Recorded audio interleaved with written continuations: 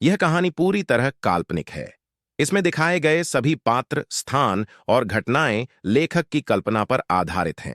किसी जीवित या मृत व्यक्ति, संस्था, धर्म या समुदाय से इसका कोई संबंध मात्र संयोग हो सकता है। इस वीडियो का उद्देश्य केवल मनोरंजन है। कृपया इसे वास्तविकता न समझें। अगर किसी को इससे ठेस पहुंची हो, तो हमें खेद है। यह जानबूझकर नहीं किया गया है। शनाया अब हाथ में पेन लेकर डिवोर्स पेपर को बड़े ही ध्यान से देख रही थी। जैसे जैसे वो पन्ने पलट रही थी, अहान के दिल की धड़कनें बढ़ती जा रही थी। तभी शगुन ने शनाया की तरफ देखकर कहा, सोच क्या रही हो शनाया, जल्दी से पेपर साइन करो और आज़ाद हो जाओ इस इंसान के बंधनों से। आखिर कब तक इसकी जलालत खुद पर सहती रहोगी? यामिनी जी भी अब उस पल का बेसब्री से इंतजार कर रही थी जब शनाया डिवोर्स पेपर पर साइन करे और फिर उसे अहान के चेहरे पर मार दे। लेकिन अचानक ही शनाया ने हाथ में पकड़ा हुआ पेन तोड़कर फर्श पर फेंक दिया। ये देखकर शौर्य और शगुन का मुंह खुला का खुला रह गया। तभी यामिनी जी चिल्लाते हुए बोली, शनाया क्या कर रही हो तुम? तुम्हें समझ नहीं आ रहा कि अहान तुम्हें धोखा दे रहा है? इस पर शनाया डिवोर्स पेपर लेकर गुस्से से आगे बढ़ी और उसे कई टुकड़ों में फाड़ दिया। उसके बाद उन टुकड़ों को शौर्य के मुंह पर फेंक दिया। ये देखकर शगुन और शौर्य की हालत खराब हो गई और फिर यामिनी चीखते हुए बोली, शनाया पागल हो गई हो क्या? जवाब में शनाया भी चीख पड़ी, हाँ मैं पागल हो गई हूँ। मेरे और अहान के रिश्ते को तोड़ने के लिए ये दोनों कितना गिर सकते हैं, किस हद तक जा सकते हैं, आज ये मैंने देख लिया और मैं ये देखकर हैरान हूँ कि आपको भी इनकी बातों पर विश्वास है। शनाया के अचानक इस बर्ताव से यामिनी जी भी हैरान थी और फिर उन्होंने पूछा, तुम कहना क्या चाहती हो? जवाब में शनाया अपने अंदर की भड़ास बाहर निकालते हुए बोली, देव मल्होत्रा मुझसे माफ़ी मांगने आया था और उसी ने मुझे बताया कि शगुन और शौर्य ने अहान को धोखे से उसके क्लब बुलाया था। इसमें मल्होत्रा ने भी इनका बखूबी साथ दिया। अहान को बेहोश करके किसी लड़की के साथ उनकी अश्लील फोटो खींची गई और अब उसी के बेस पर ये लोग हमारा रिश्ता तोड़ना चाहते हैं। ये सुनते ही शौर्य और शगुन का चेहरा पीला पड़ गया। तभी शगुन ने कहा, मगर मल्होत्रा कौन है? किसी ने तुम्हें झूठी खबर बताई है शनाया? शनाया आगे बढ़ी और शगुन के चेहरे पर एक जोरदार थप्पड़ मारा। शगुन अपने गाल पर हैरानी से हाथ रखे शनाया की तरफ देखने लगी। फिर शनाया रोते हुए बोली, मल्होत्रा ने सीसीटीवी फुटेज के साथ मुझे पूरा सबूत दिया है और ये फोटो देखने के बाद भी अहान ने मुझे कुछ नहीं बताया, सिर्फ इसलिए क्योंकि वे इस रिश्ते को खोना नहीं चाहते। और आप लोग अहान के खिलाफ साजिश रचने में किस हद तक जा सकते हैं, आज मैंने ये भी देख लिया। शनाया आंखों में आंसू लिए अहान की तरफ देख रही थी। अब जाकर अहान को पता चला कि शनाया की आंखों में मौजूद आंसू उसी के लिए थे। शायद उस दर्द को शनाया महसूस कर रही थी कि अहान के साथ कितना गलत हो रहा था।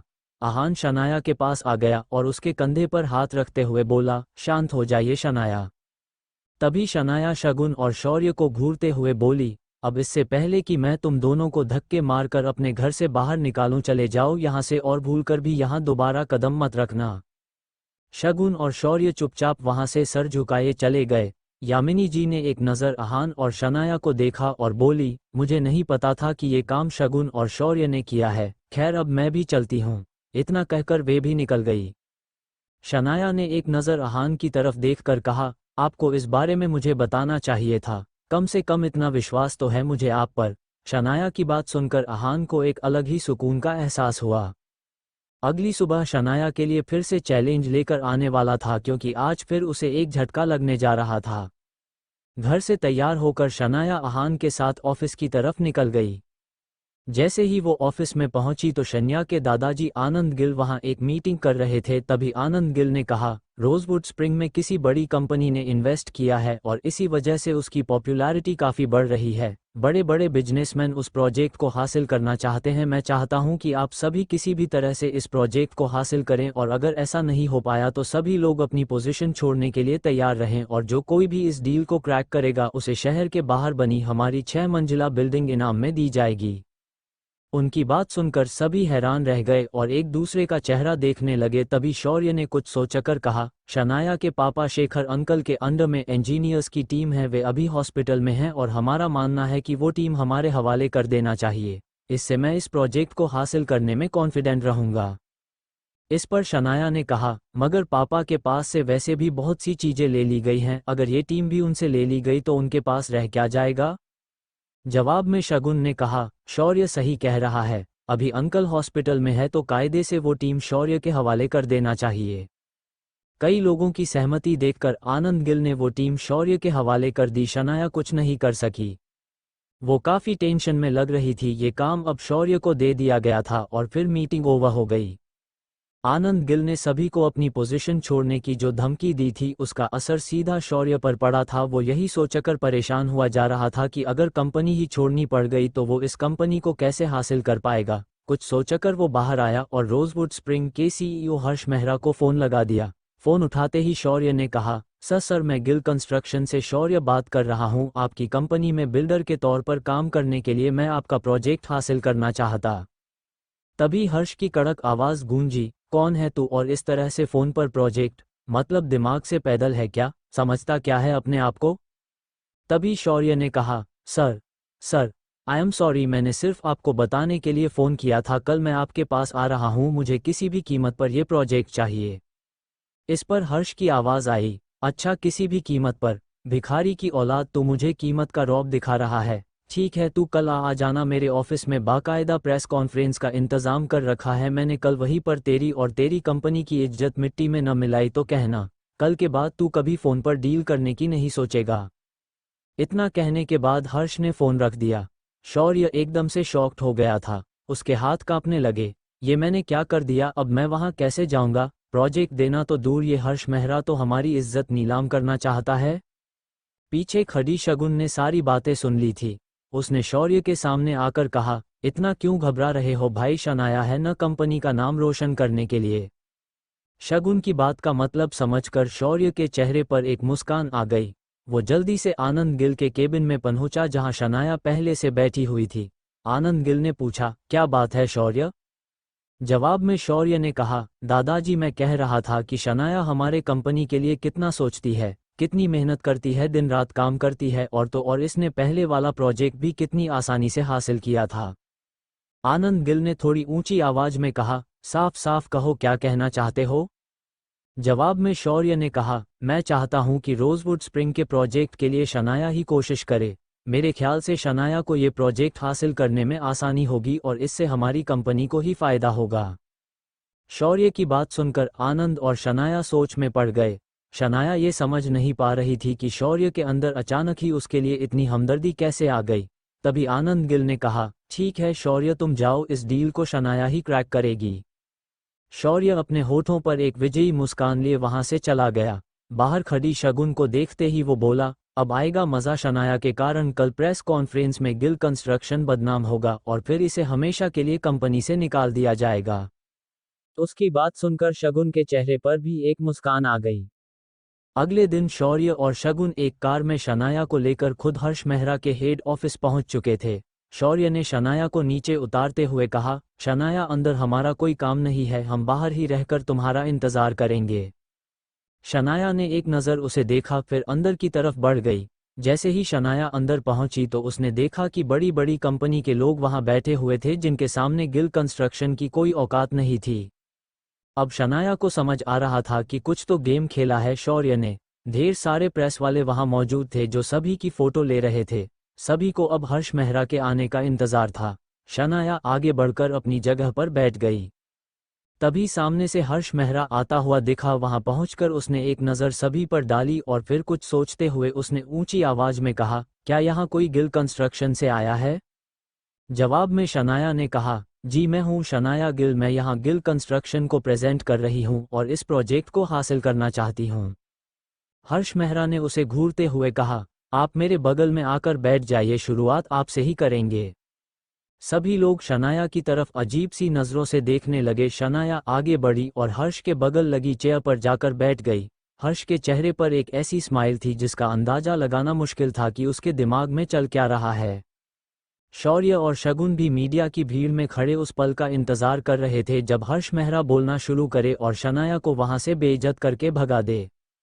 तभी हर्ष ने बोलना शुरू किया, ये है गिल कंस्ट्रक्शन से शनाया गिल, इस प्रोजेक्ट को हासिल करने के लिए इनकी कंपनी के ही आदमी ने मुझे फ़ोन किया और अब ये चाहती हैं कि ये प्रोजेक्ट इन्हें दे दिया जाए। कहते वक्त हर्ष के चेहरे पर मुस्कान थी। सभी लोग शनाया की तरफ देखकर हंसने लगे थे। हर्ष की बात सुनकर शौर्य और शगुन की आंखों में एक चमक थी, ये सोचकर कि अब शनाया को सबके सामने बेइज्जत होना पड़ेगा। वहीं दूसरी तरफ शनाया भी काफी टेंशन में नजर आने लगी थी। तभी अचानक ही हर्ष का फोन बजा। हर्ष ने स्क्रीन पर देखा तो किसी अनजान नंबर से फोन था। हर्ष ने फोन उठाया तो दूसरी तरफ से कुछ कहा गया, जिसे सुनकर हर्ष ने कहा, जी जी सर, आपको फिक्र करने की जरूरत नहीं है, जैसा आप कहते हैं वैसा ही होगा जी, थैंक्स। इतना कहकर हर्ष ने फोन रख दिया। उसने माइक संभाला और आगे बोला, माफी चाहूंगा, एक जरूरी फोन था। खैर, मैं गिल कंस्ट्रक्शन के बारे में बात कर रहा था। फोन पर इस तरह की डील करने के बारे में सोचकर मुझे गुस्सा आया, मगर अभी कहानी में ट्विस्ट है। जैसा कि आप लोगों को पता है कि इस प्रोजेक्ट के लिए हमारी कंपनी ने ऑनलाइन प्रेजेंटेशन मंगवाए थे। हमने सभी के प्रेजेंटेशन को देखा और उसमें गिल कंस्ट्रक्शन की तरफ से जो प्रेजेंटेशन भेजा गया था उसे देखकर मैं बहुत खुश हुआ। मेरा मानना है कि ये प्रोजेक्ट शनाया गिल को ही मिलना चाहिए और इसीलिए अब ये प्रोजेक्ट गिल कंस्ट्रक्शन को दिया जाता है। Meeting is over. हर्ष के इतना कहते ही वहां बैठे सभी लोगों की आंखें चौड़ी हो गई। खुद शनाया हर्ष को एकटक देखे जा रही थी, जैसे अभी अभी जो हुआ उस पर शनाया को यकीन ही नहीं हो रहा था। हर्ष के इस तरह अचानक यू टर्न लेने से यहाँ शौर्य और शगुन के आश्चर्य का ठिकाना नहीं था, लेकिन साथ ही गुस्से में उनका चेहरा लाल होने लगा। कॉन्ट्रैक्ट पर साइन करने शनाया हर्ष के पास पहुंची तो हर्ष ने शनाया से हाथ मिलाया और वहां तालियां बजने लगी। तभी हर्ष ने एक नंबर डायल किया जो उसके मोबाइल पर आहान के नाम से सेव था। शनाया की नज़र भी उसकी स्क्रीन पर पड़ी तो आहान का नाम देखकर वो कंफ्यूज हो गई। दूसरी तरफ से जैसे ही फोन उठा तो हर्ष ने कहा, आपके कहने पर काम हो गया है। दूसरी तरफ से कुछ कहा गया और फिर हर्ष ने फोन रख दिया। शनाया खुद से ही बोली, ये हर्ष कहीं आहान का वही दोस्त तो नहीं जिसने आहान को गाड़ी दी थी? हम वही है और लगता है ये काम भी आहान का ही है। हॉल की उसी भीड़ में विक्रम भी खड़ा था। तभी उसके मोबाइल पर आहान का फोन आया। फोन उठाते ही विक्रम ने कहा, काम हो गया है यंग मास्टर, आपके कहने पर हर्ष ने ये प्रोजेक्ट शनाया को दे दिया है। दूसरी तरफ से आहान ने कहा, उन्हें मेरी तरफ से एक अच्छा सा गिफ्ट भेजकर थैंक्स बोलिएगा। इतना कहकर आहान ने फोन रख दिया और जल्द ही शनाया भी अब वहां से निकल आई। इधर आनंद गिल सामने लगी टीवी पर बिजनेस न्यूज़ देख रहे थे, जिसमें ये खबर चल रही थी कि मशहूर रोजवुड स्प्रिंग के प्रोजेक्ट को गिल कंस्ट्रक्शन ने हासिल किया। इस डील के बाद अब गिल कंस्ट्रक्शन के शेयरों में भारी उछाल। वही अब देश की कई बड़ी कंपनियां गिल कंस्ट्रक्शन में इन्वेस्ट करना चाहती है और उनके साथ काम करना चाहती हैं। ये खबर आनंद गिल के चेहरे को अलग ही सुकून दे रही थी। वे खुश होते हुए बोले, शनाया सच में तुमने आज कमाल कर दिया। तभी वहां दरवाजे पर दस्तक हुई और शनाया अंदर आई। आनंद गिल उसे देखकर खुश होते हुए बोले, आओ बेटी, मैं तुम्हारा ही इंतजार कर रहा था। शनाया आकर आनंद के गले से लग गई। तभी आनंद ने कहा, आज हम बहुत खुश हैं, बताओ तुम्हें क्या चाहिए? जवाब में शनाया ने कहा, दादाजी, मेरे पापा की इंजीनियर्स की टीम मुझे लौटा दीजिए। अब तक शौर्य और शगुन भी वहां आ चुके थे। दोनों के चेहरे लटके हुए थे। तभी आनंद गिल ने कहा, ठीक है शनाया, मैं तुम्हें वो टीम वापस करता हूं और साथ में शहर के बाहर बनी अपनी 6 मंजिला इमारत भी तुम्हें इनाम में देता हूं। तभी आनंद ने शौर्य और शगुन से कहा, लेकिन तुम दोनों के चेहरे क्यों लटके हुए हैं? शनाया ने इतनी बड़ी डील हासिल की है, तुम्हें खुश होना चाहिए। अब तक वहां शौर्य के पिता नीरज भी आ चुके थे। तभी शौर्य ने कहा, इंजीनियर्स की टीम शनाया को वापस नहीं मिलनी चाहिए, मैं ऐसा नहीं होने दूंगा। और शनाया, इस डील को हासिल करने के लिए तुम हर्ष मेहरा के साथ सोई हो ना? शौर्य की बात सुनकर सभी उसका चेहरा देखने लगे, मगर आनंद गिल से ये बर्दाश्त नहीं हुआ। वे आगे बढ़े और शौर्य के मुंह पर एक थप्पड़ जड़ दिया। फिर वे गुस्से से बोले, तुम सब किसी काम के नहीं हो, खुद से तो हुआ नहीं, और जब शनाया ने ये डील हासिल कर ली है तो उस पर कीचड़ उछाल रहे हो। और इंजीनियर्स की टीम मैंने शनाया को वापस कर दी है, जिसको भी प्रॉब्लम हो वो कंपनी छोड़ सकता है। इतना कहकर आनंद गिल वहां से चले गए। शनाया भी जल्द ही बाहर आ गई और कार से घर की तरफ निकलने लगी। आहान के बारे में सोचकर शनाया के दिल में एक हलचल सी हो रही थी और दर्द भी उठ रहा था। क्या आहान सच में मेरी इतनी केयर करता है? मैं जो भी कहती हूँ सुन लेता है, जो भी करती हूँ सह लेता है, और वो भी कोई शिकायत किए बिना। सच में पापा सही कहते हैं, आहान एक परफेक्ट हस्बैंड है। लेकिन ये समझने में मुझे पूरे 3 साल लग गए। शनाया के दिल में कई सारे जज्बात उमड़ रहे थे, वो बस आहान के बारे में सोचे जा रही थी। फिर शनाया ने मन ही मन में कहा, आहान, पता नहीं क्यों, लेकिन मैं ये शादी निभाने की हर मुमकिन कोशिश करना चाहती हूँ। अब से हर बार यही कोशिश करूंगी कि तुम खुश रहो। तुमने मेरे लिए इतना किया है जितना मुझे याद भी नहीं। आज एकदम से शनाया को अहान के लिए लगाव महसूस हो रहा था। यही सब सोचते हुए वो घर की तरफ बढ़ी चली जा रही थी। इधर अहान पहले ही घर पर आ चुका था। वो घर पर अकेला ही था। अहान ने फ़ोन पर विक्रम से एक बाइक का इंतजाम करने को कहा क्योंकि अब शनाया को वही पसंद थी। ये सुनकर विक्रम हैरानी में था। दुनिया भर की बड़ी बड़ी कार्स लाने का कह देते, मगर यंग मास्टर तो पहले वाली सस्ती बाइक मांग रहे हैं। मैं इन्हें कभी समझ नहीं पाऊंगा, विक्रम ने अपने आप से ही कहा। शनाया को याद था कि आज उसकी शादी की सालगिरह है। याद तो अहान को भी था, मगर दोनों एक दूसरे को सरप्राइज देना चाहते थे। इधर अहान घर में शनाया के लिए उसकी पसंद की चीजें बना रहा था तो वहीं शनाया ने अपनी गाड़ी एक बड़े से मॉल के सामने लाकर रोक दी। आज वो सिर्फ अहान के लिए कुछ खरीदना चाहती थी ताकि उसे गिफ्ट दे सके और उसे थैंक्स बोल सके। कुछ सोचकर शनाया ने अपना मोबाइल निकाला और अहान को एक मैसेज किया, ऑफिस के काम से मुझे थोड़ा लेट हो जाएगा। दूसरी तरफ से अहान का मैसेज आया, इट्स ओके, मैं आपका वेट करूंगा। अहान के चेहरे पर एक स्माइल आ गई और वो फिर से अपने काम में लग गया। कुछ घंटों बाद रात होने को आई थी मगर शनाया अभी तक नहीं आई थी। अहान ने उसका नंबर लगाया तो वो भी नहीं लग रहा था। तभी डोरबेल बजी और अहान तेजी से दरवाजे की तरफ बढ़ा। अहान को लग रहा था कि शायद शनाया को आज का दिन याद नहीं है, मगर वो जानता था कि पहले भी उन्होंने इस दिन को सेलिब्रेट नहीं किया था, इसलिए इस दिन को भूल जाना कोई बड़ी बात नहीं थी। अहान ने जैसे ही दरवाजा खोला तो सामने शनाया खड़ी थी, जिसे देखकर अहान का चेहरा खिल उठा। वो उसके हाथ में मौजूद बैग को संभालते हुए बोला, लाइए मैं इसे रख देता हूँ। शनाया अंदर की तरफ बढ़ गई। अहान अंदर आया और सोफे पर बैठते हुए बोला, कैसा रहा आज का दिन? जवाब में शनाया भी उसके सामने वाले सोफे पर बैठकर बोली, बहुत अच्छा।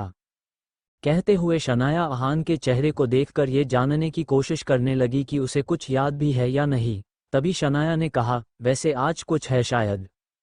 अहान ने सवालिया नज़रों से शनाया की तरफ देखा तो शनाया ने बैग से एक छोटा सा गिफ्ट बॉक्स निकालते हुए कहा, और इसीलिए मैं आपके लिए ये गिफ्ट लेकर आई हूँ।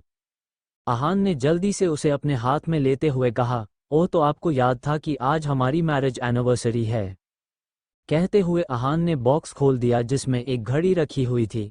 शनाया ने उसे अहान के हाथ में पहनाते हुए कहा, ये घड़ी हमेशा अपने इस टाइम को याद दिलाती रहेगी, इस विश्वास और भरोसे को हमेशा जिंदा रखेगी। इस पर अहान ने कहा, हाँ, लेकिन आपको देने के लिए मेरे पास ज़्यादा कुछ नहीं है।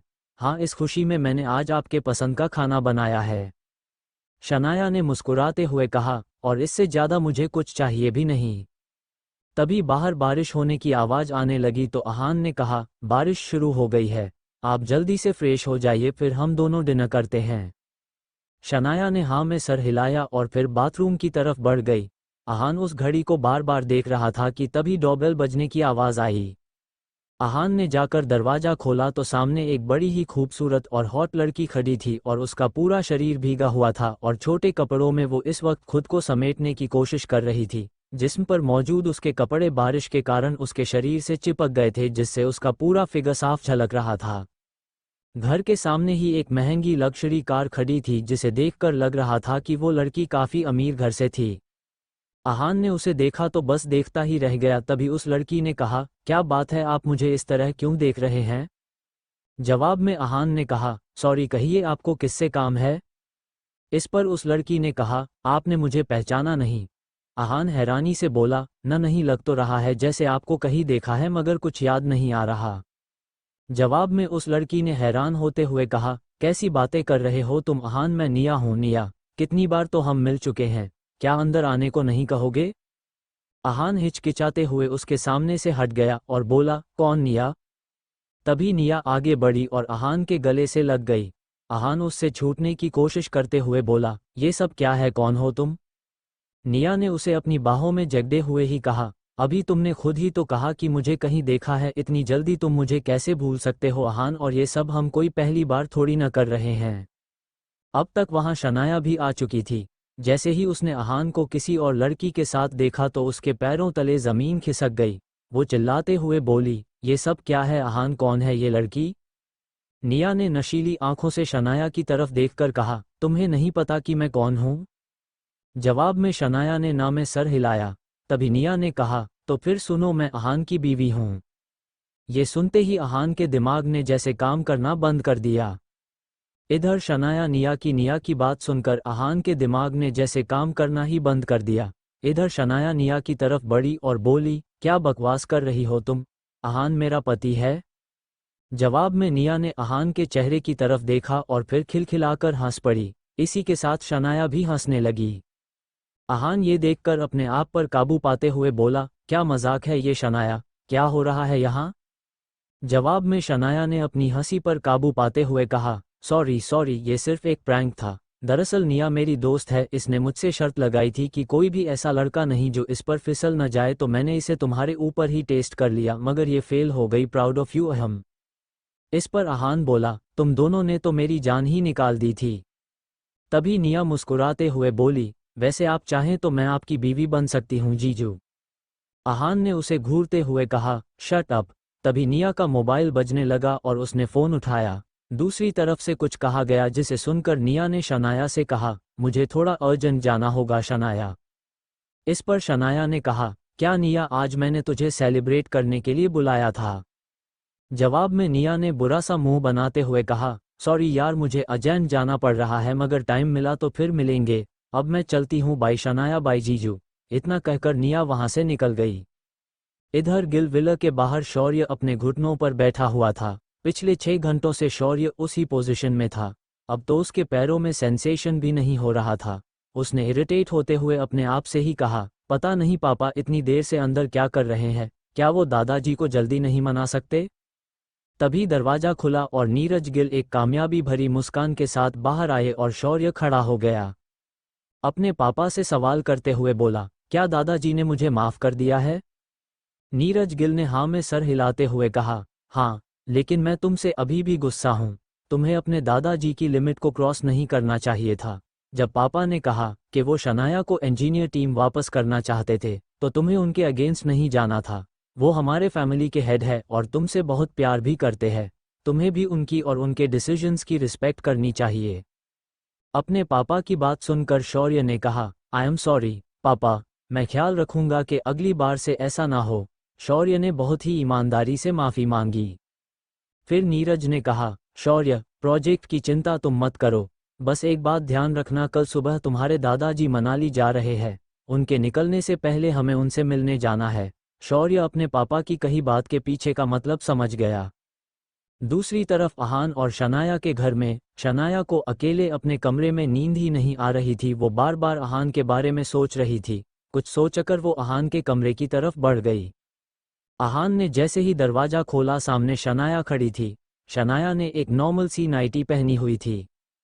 पिंक कलर की बनी उस सिल्क की नाइटी से शनाया की कर्वी बॉडी कोई भी आसानी से देख सकता था। बिखरे बाल, नाइटी से छिपने में नाकाम खूबसूरत पैर और आंखों में कुछ हलचल देखकर अहान ने मुश्किल से खुद को शांत किया और बोला, आप यहाँ, क्या आपको कुछ चाहिए है? अहान के किए इस सवाल को सुनते ही शनाया की बोलती बंद हो गई और जवाब देने के बजाय वो इधर उधर देखने लगी। अहान से नजरें चुराने की नाकाम कोशिश करते हुए शनाया ने मन ही मन में कहा, मैं यहाँ मुंह उठाकर आ तो गई हूँ, लेकिन अब क्या बहाना बनाऊं? हाँ, वो कह देती हूँ। शनाया ने कुछ सोचा और अहान से बोली, मेरे कमरे की लाइट नहीं चल रही। शनाया की बात सुनी तो अहान ने जवाब में तुरंत कहा, ओह, मैं अभी ठीक कर देता हूँ। अपनी ये बात कहते हुए अहान दरवाजे से बाहर जा ही रहा था कि शनाया ने उसे रोक लिया। रुको, उसकी कोई ज़रूरत नहीं है। आज शनाया को हो क्या गया था? वो इतनी अजीब बिहेव क्यों कर रही थी? अहान ये सुनकर कंफ्यूज हो गया। उसकी कंफ्यूजन देखना शनाया के लिए कोई मुश्किल काम नहीं था। उसने अपनी बात को एक्सप्लेन करते हुए कहा, मतलब मैं आज यही सो जाती हूँ। अहान ने ये बात सुनी तो बहुत ही नॉर्मल रिएक्ट करते हुए बोला, ठीक है, आप यहाँ मेरे रूम में सो जाइए, मैं आपके कमरे में चला जाता हूँ। अहान का जवाब जानकर शनाया दंग रह गई। क्या इसे मेरी बात के पीछे का मतलब समझ में नहीं आ रहा है? शनाया ने दिल ही दिल में सवाल किया। जब वो ये सोचने में बिजी थी तब अहान अंदर गया और अपना ब्लैंकेट लेकर आ गया। वो बाहर जा ही रहा था कि शनाया ने अपने दोनों हाथों को फैलाकर अहान को रुकने का इशारा किया। हम साथ में नहीं सो सकते क्या? शनाया ने ये सवाल पूछा तो था, मगर अहान सुन नहीं पाया, क्योंकि शनाया इतनी नर्वस थी कि उसका सवाल इस तरह सुनाई दिया मानो कोई मक्खी भीन ना रही हो। अहान ने सवालिया अंदाज में अपने अजीब वाइफ की तरफ देखा, मगर शनाया इतनी ब्रेव नहीं थी कि अपना सवाल वापस दोहरा पाती। इसलिए उसने कहा, मैं तुम्हें परेशान नहीं करना चाहती, रहने दो। ये सुनकर अहान ने शनाया से मुस्कराते हुए कहा, आप बिना वजह परेशान हो रही है। शनाया, एक बल्ब ठीक करने में भला क्या तकलीफ होगी? मैं बल्ब रिपेयर भी कर दूंगा और आपके रूम के काउच पर सो भी जाऊंगा। आप यहाँ आराम से सो जाइए। ये सुनने के बाद अब शनाया का सब्र खत्म हो गया और एक बार फिर से शनाया ने कमरे से बाहर जा रहे अहान को रोका और उससे बिना किसी एक्सप्रेशन के बोली, रहने दो। अहान ने कंफ्यूजन में उसे देखकर सवाल किया, क्या बल्ब रिपेयर नहीं करना है? शनाया होपलेस अंदाज में अहान को नज़रअंदाज किया और अपने कमरे में वापस जाते हुए बोली, रात को लाइट की क्या ज़रूरत है भला? तुम सो जाओ। अहान का जवाब सुने बिना शनाया ने अपने कमरे का दरवाज़ा बंद कर दिया और दोनों हाथों से अपना मुंह छिपाते हुए जाकर बेड पर लेट गई। मैं इस दुनिया की सबसे बड़ी बेवकूफ़ हूँ।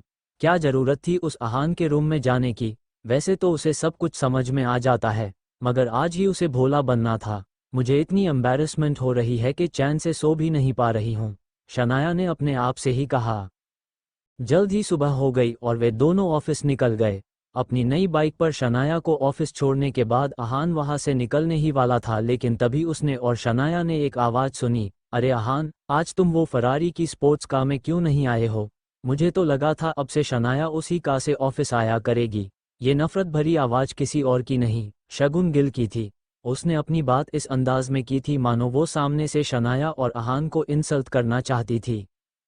शगुन ने अपनी बात को आगे बढ़ाते हुए कहा, एक मिनट, कहीं ऐसा तो नहीं हुआ कि अब अहान के पास महंगी कार को रेंट पर लेने के लिए पैसे ही नहीं है? ये कहते हुए शगुन खुद ही जोर जोर से हंसने लगी। अहान ने हमेशा की तरह इस ताने को भी सुनकर अनसुना कर दिया। वो कार अभी भी अहान के रोजवुड स्प्रिंग वाले बंगलो के पार्किंग में खड़ी थी, मगर वो इस बारे में किसी को भी वजाहत देना जरूरी नहीं समझता था। मगर शनाया वो अपने दिन की शुरुआत ये बातें सुनकर नहीं करना चाहती थी। उसने शगुन से बहुत ही नॉर्मल अंदाज में पूछा, शगुन, क्या तुम फिर से धक्के खाकर यहाँ से जाना पसंद करोगी? मुझे अच्छे से याद है जब मैंने तुम्हें और शौर्य को घर से बाहर निकाला था। शनाया के इस सवाल के साथ शगुन की हंसी बंद हो गई और उसके चेहरे का रंग ही उड़ गया। शनाया ने डायरेक्टली शगुन की दुखती नस को पकड़ लिया था और इतना ही नहीं, शगुन को उस दिन का नज़ारा एक बार फिर से याद दिला दिया था। मगर एक बार फिर से उसे कुछ याद आया और शगुन ने शनाया से कहा, तुम स्प्रिंग कॉर्पोरेशन वाली डील की वजह से हवा में इतनी ऊंची उड़ रही हो ना? क्या तुम्हें पता नहीं है कि दादाजी ने तुम्हें इस प्रोजेक्ट से निकाल दिया है? शगुन की कही ये बात सुनकर शनाया दंग रह गई। ऐसा कैसे हो सकता था? कल ही तो शनाया ने ये डील जीतकर आनंद गिल को खुश किया था और आज एकदम से उसे एक प्रोजेक्ट से निकाल दिया था। अहान ने जब ये सुना तो उसे ज़्यादा हैरानी नहीं हुई। मैंने इस बात की उम्मीद पहले ही कर ली थी। शनाया के दादाजी को मनाने के लिए शौर्य और नीरज गिल किसी भी हद तक जा सकते हैं, अहान ने मन ही मन में कहा। शनाया के दिल में चल रही हलचल उसके चेहरे से साफ नजर आ रही थी। बेवकूफ़, तुम कुछ ज़्यादा ही सपने देखती हो शनाया, ग्रो अप नाउ, शगुन ने एक अजीब सी हंसी के साथ कहा। इस सब का क्या मतलब है? दादाजी कहाँ है? मुझे उनसे बात करनी है अभी, शनाया ने इम्पल्सिव होते हुए कहा। वो तो मनाली गए हैं, कह रहे थे कि अब उन्हें आराम करने की जरूरत है। शनाया के सवाल का ये जवाब शगुन ने नहीं, शौर्य ने दिया था। शनाया ने पीछे मुड़ कर देखा तो शौर्य बहुत ही अकड़ में खड़ा था। उसने अपनी बात को आगे बढ़ाते हुए कहा, और हाँ, जाने से पहले दादाजी ने स्प्रिंग कॉर्पोरेशन वाला प्रोजेक्ट मुझे दे दिया है।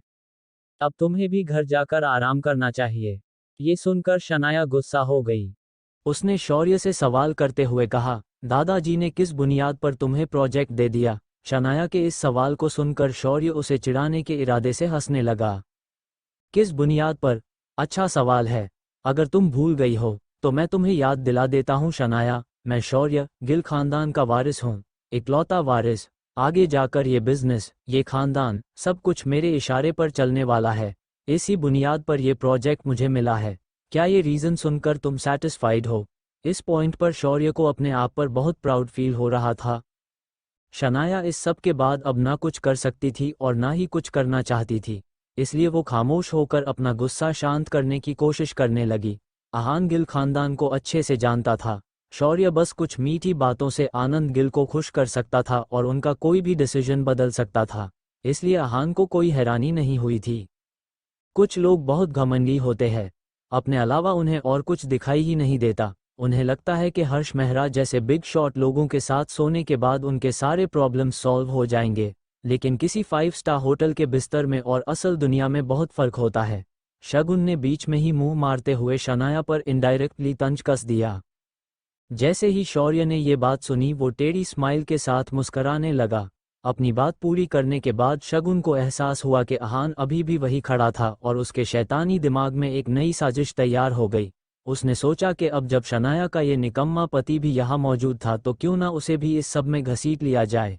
इसलिए शगुन ने आहान की तरफ देखकर उससे पूछा, आहान क्या तुम नहीं जानते कल तुम्हारी खूबसूरत बीवी ने हर्ष मेहरा के साथ स्प्रिंग कॉर्पोरेशन में किस तरह डील फाइनल की है? ये लड़की अपना मुंह बंद क्यों नहीं रखती है? पता नहीं क्या अनाप शनाप बके जा रही है। वैसे तो मैंने कुछ किया नहीं है। आहान को अगर कोई गलत फहमी हो गई तो क्या होगा? पता नहीं शगुन अपनी घटिया हरकतों से कब बाज आएगी। बस कोई गड़बड़ ना हो जाए, शनाया ने पैनिक करते हुए मन ही मन में कहा। भले ही उस वक्त शनाया का चेहरा शांत लग रहा था, लेकिन उसकी आंखों में हलचल मची हुई थी। अगले ही पल आहान इस मामले में इंटरेस्टेड लगने लगा। उसने कन्फ्यूजन में शगुन से सवाल करते हुए कहा, तुम कहना क्या चाह रही हो? थोड़ा साफ साफ कहोगी? अब शनाया नर्वस होने लगी थी। उसकी आंखों में घबराहट साफ दिख रही थी। वहीं दूसरी तरफ शगुन को तो आहान के इसी सवाल का शगुन को इंतजार था। उसने आहान को जवाब देते हुए मुंह बनाकर कहा, आहान, जब तुम दिन भर मेहनत करके शनाया को खुश करने की कोशिश कर रहे थे, वो तो किसी 5 स्टार होटल में मजे कर रही थी। सुनने में आया है कि कल बिजनेस मीटिंग के नाम पर शनाया यश मेहरा के साथ उसके ऑफिस में 2-3 घंटे अकेली थी। अब तुम इस बात का अंदाजा तो लगा ही सकते हो कि वहाँ क्या हुआ होगा। शगुन ने इस तरह अपनी बात कही थी मानो वो आहान को यकीन दिला रही थी कि शनाया और यश मेहरा के बीच कुछ का कुछ तो जरूर चल रहा था। वो आहान की नज़रों में हैरानी देखना चाहती थी। मगर आहान ने आगे जो कहा उसे सुनने के बाद वो खुद ही हैरान रह गई। आहान से शगुन के सवाल पर उल्टा सवाल करते हुए कहा, तो सो वॉट? क्या शगुन आहान को बेवकूफ़ समझ रही थी? आहान से बेहतर कौन जान सकता था कि शनाया और यश मेहरा ने मीटिंग में क्या बातें की थी। जब शनाया यश मेहरा के सामने बैठी हुई थी, आहान खुद यश के साथ ब्लूटूथ के जरिए कनेक्टेड था। उन दोनों के बीच हो रही एक एक बात आहान सुन सकता था।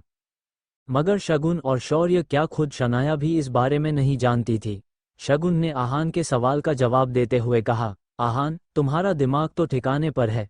क्या तुम जानते भी हो कि यश मेहरा कौन है? वो हैंडसम है, अमीर है, और शनाया भी कुछ कम खूबसूरत नहीं है। अगर वो दोनों अकेले किसी कमरे में है तो क्या पॉसिबल है कि उन दोनों के बीच कुछ भी नहीं हुआ होगा? तुम्हें क्या लग रहा है कि वो दोनों साथ में बैठकर फिल्में डिस्कस कर रहे होंगे? आहान को ये सब सुनकर अपनी हंसी कंट्रोल करना मुश्किल लग रहा था। यश मेहरा, वो हैंडसम और अमीर आदमी उसके लिए काम करता था और शगुन उसे यश मेहरा का नाम लेकर इनसिक्योर करने की कोशिश कर रही थी। आहान ने भी थोड़ा मजा लेने का सोचा और शगुन में सवाल पर जवाब में बोला, हाँ। शनाया ने मुझे बताया कि वो दोनों असल में कोई फिल्म डिस्कस कर रहे थे। आहान के इस जवाब को सुनने के बाद शनाया खिलखिलाकर हंसने लगी। वो समझ गई कि शुरुआत से लेकर अब तक आहान बस नाटक कर रहा था। असल में वो तो बस शगुन को चिढ़ाना चाहता था।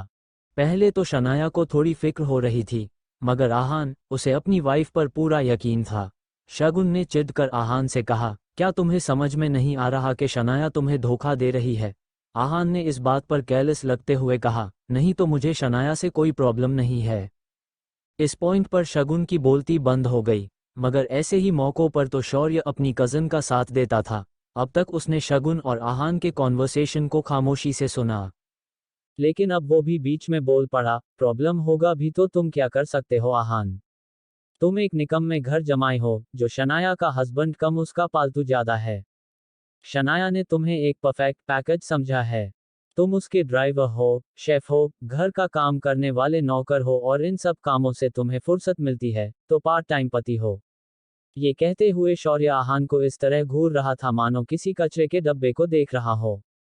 वैसे तो हर बार आहान शनाया के फैमिली मेंबर्स की बातें चुपचाप सुन लेता था, मगर शनाया को जो लोग अच्छे नहीं लगते थे आहान उन्हें क्यों झेलता। इसलिए आहान से शौर्य की बात पर नॉर्मल रिएक्ट करते हुए कहा, शौर्य, मैंने सुना कि कल तुम्हें बहुत मार पड़ी। क्या अब तुम ठीक हो? आहान का ये सवाल शौर्य के ताजे जख्म पर नमक का काम कर रहा था। कल की जिल्लत शौर्य जिंदगी भर के लिए नहीं भूल सकता था। उसने आहान से इरिटेट होते हुए कहा, मार पड़ी। इस सब का तुमसे क्या लेना देना है? तुम अपनी बीवी को कंट्रोल में रखो। वो बाहर गुलछर्रे उड़ा रही है। शौर्य की बात से आहान को कोई फर्क नहीं पड़ा और उसने फिर से सवाल करते हुए कहा, मैं शनाया का ध्यान रखूंगा मगर तुम भी अपना ख्याल रखो। मैंने सुना कि तुम्हें बहुत जोर से मारा था। क्या वो लोग बहुत हट्टे कट्टे थे? आहान के इस सवाल से शौर्य की बोलती ही बंद हो गई। कुछ देर की कशमकश के बाद शौर्य ने कहा, शनाया का अफेयर है। क्या इस बात से तुम्हें कोई फर्क नहीं पड़ रहा? शनाया ने बचपन से लेकर अब तक आज पहली बार शौर्य को इतना हारा हुआ देखा था। क्या ये वही आहान था जो उसके सामने कुछ भी बोलने की हिम्मत नहीं करता था और आज शौर्य को इतना लाचार कर चुका था कि शौर्य की बोलती ही बंद हो गई थी। शनाया इतनी हैरान कभी नहीं हुई थी। शौर्य के बार बार एक ही राग आलापने की वजह से अब आहान बोर हो गया और उससे बोला, शौर्य, मेरे बीवी मुझे धोखा दे रही है और तुम्हें पूरे शहर के सामने बेइज्जती के साथ मार पड़ी। इन दोनों बातों का आपस में क्या लेना देना है? एक मिनट, कहीं कल तुम्हारी जो पिटाई हुई है उसमें तुम्हारे सर पर चोट नहीं लगी? अब शौर्य की पूरी तरह से सिट्टी बिट्टी गुल हो गई थी। उसने चिढ़ते हुए कहा, चुप करो, आहान। शनाया ने मन ही मन में कहा, आहान ने अपना ये इंटरेस्टिंग अंदाज कभी मुझे क्यों नहीं दिखाया? अब तो कल रात जो हुआ मुझे उसका एम्बैरसमेंट भी फील नहीं हो रहा है। ये सोचते हुए शनाया के चेहरे पर मुस्कान छा गई। अब जबकि शौर्य आहान से बातों में नहीं जीत पा रहा था तो उसने शनाया को टारगेट करने का प्लान बना लिया। स्माइल कर रही शनाया को देखकर शौर्य ने नफरत भरे अंदाज में कहा, तुम क्यों हंस रही हो? कैरेक्टरलेस होकर भी इसके नखरे तो देखो। हमारे खानदान को शर्म आती है तुम पर शनाया। अब बात बिगड़ने लगी थी। शनाया ने अब तक सब मजाक में लिया था मगर अब वो गुस्सा होने लगी। वो कुछ कहने ही वाली थी कि आहान ने सीरियस अंदाज में कहा, शनाया के बारे में मैं कुछ भी नहीं सुनूंगा। आगे मेरी वाइफ के खिलाफ एक शब्द भी मत निकालना। वैसे तो आहान के इस अंदाज को देखकर शौर्य घबराने लगा था। मगर उसके पापा ने उसे एक बार सिखाई थी, डर लगे भी तो ये मत दिखाना कि डर रहे हो तुम। और इसी सीख से इंस्पायर होकर शौर्य ने आहान से अकड़ में कहा, मैं उसका भाई हूँ। उसे डांट लगाओ या मार, मुझे हक है। तुम होते ही कौन हो? गिल खानदान के किसी से भी उलझने लायक ही नहीं हो तुम। अगले ही पल आहान ने शौर्य के गाल पर एक जोर की थप्पड़ जड़ दी और शौर्य की तरफ देखकर बोला, तुम सही कह रहे हो। मैं तुम्हें छूने के भी लायक नहीं हूं, लेकिन सॉरी, तुम किस लायक हो ये बताना मुझे ज्यादा जरूरी लग रहा था। इस पॉइंट पर ना शनाया ने आहान से कुछ कहा और ना ही शगुन के मुंह से कोई आवाज निकल रही थी। उन तीनों ने भी आहान का ये अंदाज पहली बार देखा था। आहान की एक बात साफ थी, कोई उसे कुछ भी कह ले लेकिन उसकी वाइफ शनाया के अगेंस्ट कुछ कहा तो आहान माफ नहीं करने वाला था। शौर्य को इस थप्पड़ से बहुत ही ह्यूमिलिएटेड फील हो रहा था। उसने डरते डरते आहान से हमेशा वाली अकड़ से कहा, कका, क्या तुम नहीं जानते कि मैं कौन हूँ? गिल खानदान का वारिस हूँ मैं। अगर दादाजी को पता चला कि तुमने मेरे साथ ऐसा कुछ किया है तो वो तुम्हें माफ नहीं करेंगे। इस पॉइंट पर आहान ने शौर्य को नीचा दिखाते हुए कहा, क्या तुम सच में इस गलतफहमी में हो कि मैं आनंद गिल से डरता हूँ? आहान के इस सवाल से शौर्य और शगुन के साथ साथ शनाया भी आहान को अजीब तरह से घूरने लगे। गिल कंस्ट्रक्शन की कंपनी के सामने खड़े रहकर ही आहान ऐसा कैसे कह सकता था? क्या वो सच में गिल खानदान की इज्जत नहीं करता था? वहां पर गिल खानदान के कई सारे लोग मौजूद थे और अगर कोई आनंद गिल का नाम लेकर बिना किसी रिस्पेक्ट से बात कर रहा था तो उन सब का गुस्सा होना आम बात थी। बेशरम, क्या ये मौत को बुलावा दे रहा है? मुझे तो लगता है इसे और शनाया को हमें खानदान से ही बेदखल कर देना चाहिए। एक एक करके सभी आहान के ऐसे बर्ताव पर रिएक्ट हो रहे थे। उन सभी के लिए आनंद गिल किसी भगवान से कम नहीं थे। वो सब अपने फैमिली हेड के खिलाफ कुछ नहीं सुनने वाले थे। अब तो शनाया भी थोड़ी परेशान हो गई। क्या इम्पल्स में आहान ने कुछ ज्यादा ही नहीं कह दिया? पता नहीं इस सब का क्या अंजाम होगा, शनाया ने मन ही मन में कहा।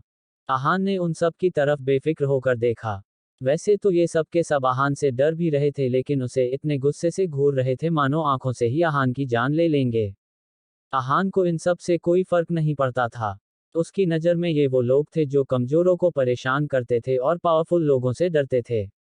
उन सब लोगों को नज़रअंदाज करने के बाद आहान ने बड़ी ही जेंटल नज़रों से अपनी खूबसूरत वाइफ की तरफ देखा और हल्की सी मुस्कान के साथ कहा, शनाया, क्या हम वापस चले? शनाया परेशान थी और अब जब उसका प्रोजेक्ट भी उससे छीन लिया गया था तो वो ऑफिस में रहकर अपना मूड खराब नहीं करना चाहती थी। तो इसलिए उसने आहान की बात पर हामी भर दी। उन दोनों के जाने के सभी ने परेशान होकर अपने चेहरे पर आया घबराहट भरा पसीना पोंछा और आपस में गॉसिप करते हुए वहां से चले गए। लेकिन शौर्य अपनी जगह से जरा भी नहीं हिला और अपने आप से ही बोला, ये 2 दिन बद से बदतर हो रहे हैं और इस सब के पीछे सिर्फ शनाया और उसका निकम्मा हस्बैंड है। आहान, तुम्हें तो मैं तुम्हारी असली जगह दिखा कर रहूंगा। हर थप्पड़ का बदला लूंगा मैं इन दोनों से, और ऐसा बदला लूंगा कि वो दोनों मरने के बाद भी मेरा नाम सुनकर कांपने लगेंगे। इस बारे में सोचते हुए शौर्य की आंखों में एक अलग ही आग नजर आ रही थी। ये कोई ऐसी वैसी नहीं, बदले की आग थी। शौर्य ने कुछ सोचा और इम्पल्स के साथ चलते हुए ऑफिस के अंदर चला गया। दूसरी तरफ आहान अपनी बाइक चलाते हुए आगे की तरफ देख रहा था। शनाया कब से उससे कुछ कहना चाहती थी, मगर वो कुछ कहने के लिए अपने आप को तैयार नहीं कर पा रही थी। कुछ देर की खामोशी के बाद बाइक जाकर सिग्नल पर रुकी। शनाया ने अपना मन पक्का किया और आहान से कहा, आहान। शनाया ने बस उसका नाम लिया था, मगर आहान समझ गया कि उसकी बीवी उससे किस बारे में बात करना चाहती थी। आहान ने अपनी बाइक का रेयर व्यू मिरर कुछ इस तरह एडजस्ट किया कि वो शनाया को और शनाया उसे क्लियरली देख सके। आहान ने मिरर के थ्रू शनाया को देखा और बोला, शनाया, क्या आपको मुझ पर यकीन है? Do you believe me? ये सवाल सुनकर शनाया को एकदम से याद आ गया कि कुछ दिनों पहले स्प्रिंग कॉर्पोरेशन की डील के वक्त आहान ने उससे यही सवाल किया था। शनाया इस सवाल के पीछे की वजह तो नहीं समझ पाई, मगर उसने बहुत ही ईमानदारी के साथ आहान की आंखों में देखा और बोली, हाँ है। ये सुनते ही आहान के चेहरे पर एक प्यारी सी स्माइल आ गई, जिसे देखकर शनाया भी मुस्कराने लगी। आहान ने शनाया की आंखों में झांकते हुए कहा, तो फिर मैं तुमसे वादा करता हूँ तुम्हारे दादाजी खुद तुम्हें स्प्रिंग कॉर्पोरेशन वाला प्रोजेक्ट वापस करेंगे। I promise. ये सुनकर शनाया सरप्राइज थी। ऐसा होना नेक्स्ट टू इम्पॉसिबल बात थी। आनंद गिल हमेशा अपने डिसीजन सोच समझ कर लेते थे और उन डिसीजंस को बदलना उन्हें कमजोरी का निशान लगता था। शनाया अपने दादाजी को बहुत अच्छी तरह से जानती थी, इसलिए आहान का ये वादा उसे थोड़ा अजीब लग रहा था, मगर फिर भी एक बार फिर से शनाया आहान पर यकीन करना चाहती थी। सिग्नल के ग्रीन होते ही आहान ने फिर से बाइक शुरू कर दी और दोनों अपने घर की तरफ निकल गए। दूसरी तरफ किसी बड़े से बा में शौर्य ने बा के किसी प्राइवेट रूम के दरवाजे पर नॉक किया। अंदर से दरवाजा खोलकर कुछ लोगों ने उसे देखा और बोले, गिल साहब, आप आज कैसे आना हुआ? शौर्य ने बहुत ही नरमी से पेश आते हुए कहा, मुझे विकी भाई से कुछ काम है, नया मिशन है, समझ लो। ये सुनते ही उन लोगों ने शौर्य को अंदर आने का कहा। अंदर जाकर बैठने के बाद किसी हटे कट्टे आदमी ने शौर्य के सामने के बियर लाकर रख दी और बोला, भाई आ रहे हैं, आप थोड़ा इंतजार करो। शौर्य ने हामी भर दी और बियर का एक घूंट ले लिया। आज तो शराब पीते हुए भी उसे हर वो थप्पड़ याद आ रहा था जो उसने पिछले 48 घंटों में खाया था। शौर्य ने गुस्से से बियर का ग्लास टेबल पर रखा और मन ही मन में बोला, आहान, अब तुम्हारा काउंटडाउन शुरू। मेरी इंसल्ट का बदला अब मैं तुम्हारी प्यारी बीवी से लूंगा। अगर आप लोग इस कहानी का अगला भाग सुनना चाहते हैं तो जल्दी से मेरे चैनल को सब्सक्राइब करें और मुझे बताएं कि आपको यह कहानी कैसी लगी।